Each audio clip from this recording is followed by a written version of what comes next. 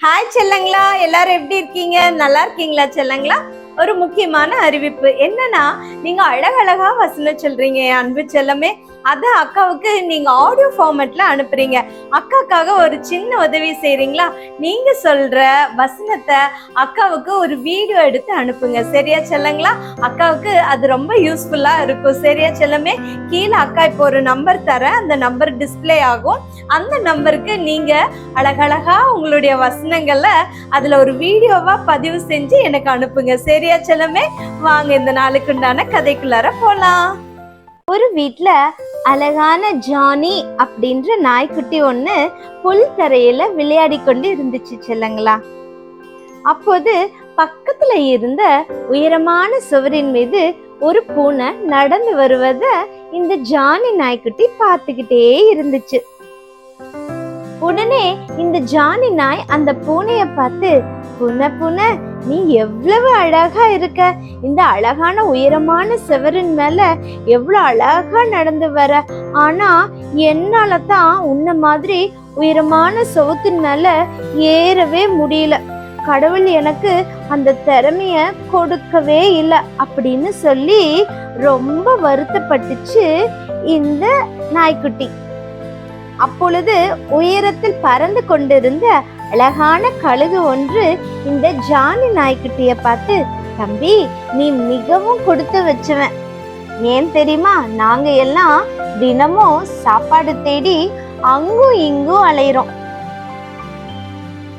ஆனா உன்னுடைய முதலாளி உனக்கு 3 வேளையும் நல்ல சுவையான சாப்பாடு அவரே தன்னுடைய கையாலேயே உனக்கு தராரு.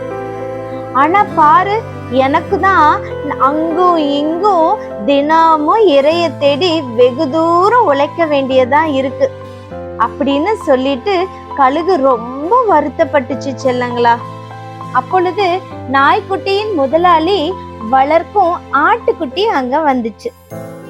அந்த ஆட்டுக்குட்டி ஜானி நாய்க்குட்டிய பார்த்து, தம்பி தம்பி, உனக்கு எப்படி 3 வேளையும் தவறாம நம்ம முதலாளி சாப்பாடு போடுறாரோ அதே மாதிரிதான் எனக்கும் 3 வேளை போடுறாரு.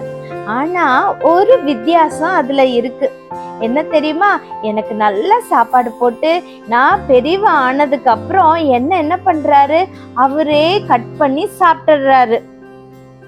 ஆனா நீ எவ்வளவு விசேஷமானவன் தம்பி அப்படின்னு சொல்லிட்டு ஆட்டுக்குட்டி அந்த இடத்த விட்டே போயிடுச்சு. அப்போது அங்கு கழுத ஒண்ணு வந்துச்சு. அது நாய்க்குட்டிய பார்த்து, தம்பி, நீ எல்லாம் ரொம்ப கொடுத்து வச்சவன் தம்பி, உன்னை பார்க்கவே எனக்கு ரொம்ப பொறாமையா இருக்குது அப்படின்னு சொல்லுச்சு. அதுக்கு ஜானி நாய்க்குட்டி கழுதையிடம், ஏன்னா என்னை பார்த்து பொறாமப்படுறீங்க அப்படின்னு கேட்டுச்சு. அதற்கு கழுத, தம்பி, உன்னோட முதலாளி உன்னை அவரோட வீட்டுக்குள்ள அலோவ் பண்றாரு. அது மட்டுமா, உன்னை அவர் படுக்கிற பெட்ல கூட அவர் கூடயே உன்னை படுக்க வைக்கிறாரு, அழகும் பாக்குறாரு அப்படின்னு சொல்லுச்சு. அதற்கு அந்த ஜானி நாய்க்குட்டி, அண்ணா, உங்களுக்கும் இதே மாதிரி முதலாளி படுக்கிற கட்டில்ல படுத்துறங்க ஆசையா இருக்குதா அப்படின்னு கேட்டுச்சு. அதற்கு கழுதையோ, ஆசையா, கொள்ள ஆசை எனக்கு. ஒரு நாள் உன்ன மாதிரிதான் நானும் படுக்கிற பெட்ல அவர் கூட படுக்கணும்னு வீட்டுக்குள்ள நுழைஞ்சேன்.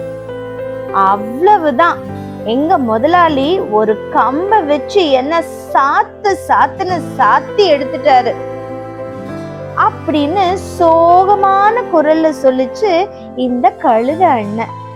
அதற்கு நாய்க்குட்டி, ஓ, போன மாசம் முதலாளி உங்களை அடின்னு அடிச்சாரே, அது இதுக்குதானா அப்படின்னு கேட்டுச்சு.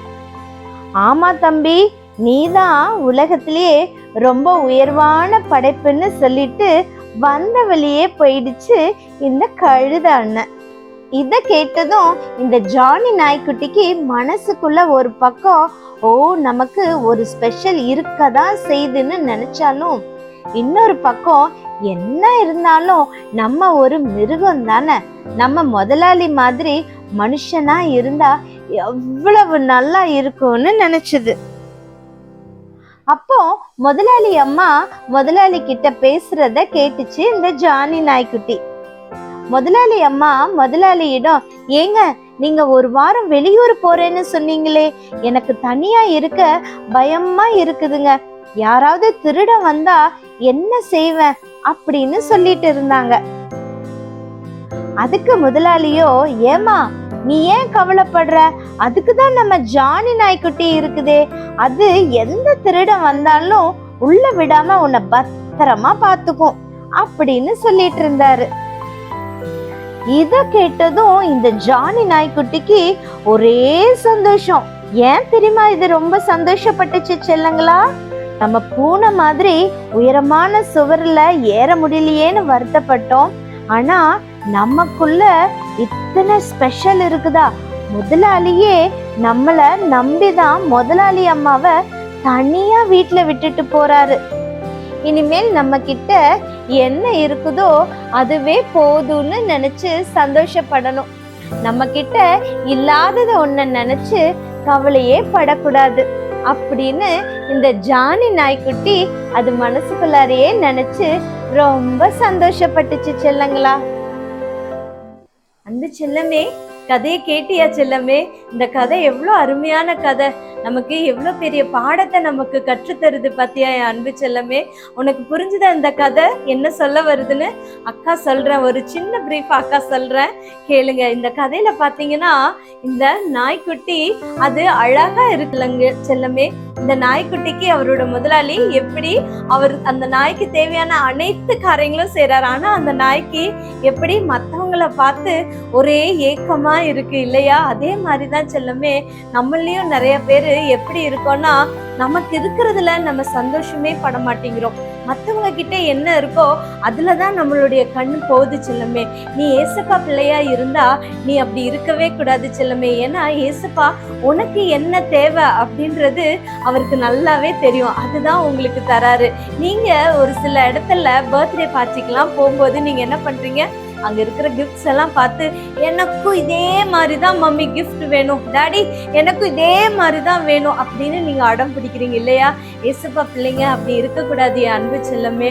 மற்ற பொருட்கள் மேல நம்மளுடைய பார்வை, நம்மளுடைய கண்ணு அது மேல போகக்கூடாது. ஏன்னா ஏசப்பாக்கு அது பிடிக்காத ஒரு விஷயம். ஃபார் எக்ஸாம்பிள், உங்கள் ஸ்கூலில் டிஃபன் பாக்ஸ் உங்கள் மம்மி பேக் பண்ணி தரும்போது உங்களுடைய மற்ற ஃப்ரெண்ட்ஸு நல்ல நல்ல ஸ்நாக்ஸ், விதவிதமான ஸ்நாக்ஸு அப்படியெல்லாம் கொண்டு வரும்போது நீங்கள் என்ன பண்ணுறீங்க, உங்கள் வீட்டில் வந்து உங்கள் மம்மி கிட்டேயும் அதே மாதிரி பிடிவாதம் பிடிச்சு எனக்கு இதே மாதிரி தான் ஃபுட்டு வேணும், இல்லாட்டி நான் சாப்பிடவே மாட்டேன் அப்படின்னு எத்தனை நாள் நீங்கள் உண்ணாவிரதம்லாம் இருக்கீங்க.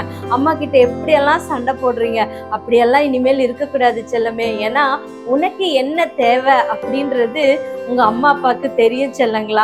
அவங்க உனக்கு தேவையானதை மட்டும்தான் தருவாங்க. உனக்கு என்னென்ன பொருள் எல்லாம் இருக்கு, இப்போ உன்கிட்ட கார் இருக்கா, உங்க வீட்டுல பைக் இருக்கா, அதை நினைச்சு சந்தோஷப்படுங்க. ஐயோ அந்த கார் வந்து அவங்க வீட்டுல இவ்வளோ பெரிய கார் இருக்கு, அதே மாதிரி நம்மளும் கார் வாங்கணும் அப்படின்னு நீ நினைக்க கூடாது. உன்னுடைய பார்வை பொருட்கள் மேல போயிடக்கூடாது செல்லமே.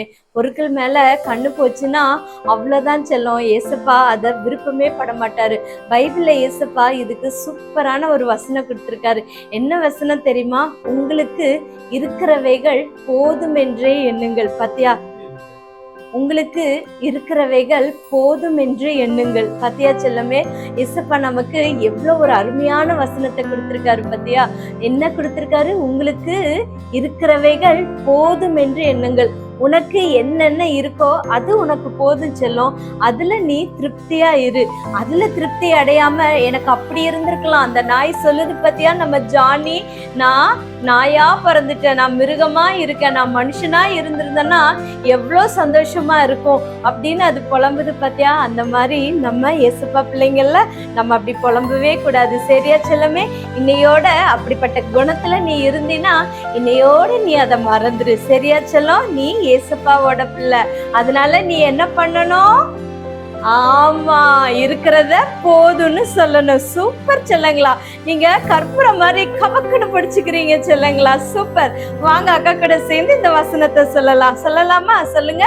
உங்களுக்கு இருக்கிறவைகள் போதுமென்று எண்ணுங்கள். மறுபடியும் சொல்லுங்க. உங்களுக்கு இருக்கிறவைகள் போதும் என்று எண்ணுங்கள். இந்த வசனம் எங்க இருக்கு? எபிரேயர் 13:5. சூப்பர் செல்லங்களா. இந்த வசனத்தை மனப்பாடம் பண்ணிக்கோ. இந்த வசனம் உன்னுடைய வாழ்க்கைக்கு ரொம்ப உபயோகமான ஒரு வசனம் செல்லங்களா. இந்த வசனத்தை உன் இருதயத்துல பசுமரத்தானிய போல உள்ள பதிய வச்சுக்கோ செல்லங்களா. உன்னுடைய பார்வை ஏதாவது ஒரு பொருட்கள் மேல உனக்கு ஆசை போயிடுச்சுன்னா இந்த வசனம் டபக்குன்னு உன்னுடைய ஞாபகத்துக்கு வந்திருக்கணும். என்ன வரணும்? எனக்கு என்ன இருக்கோ அதுவே எனக்கு போதும், அதுலயே நான் சாட்டிஸ்ஃபைடா இருக்கேன் அப்படின்னு உன்னை மறந்து நீ அந்த வார்த்தையை உன் வாயினால நீ அறிக்கையிடும்போது எசுப்பா உனக்கு அதுல உதவி செய்வாங்க. சரியா? ஏன்னா நீ யாருடைய பிள்ளை?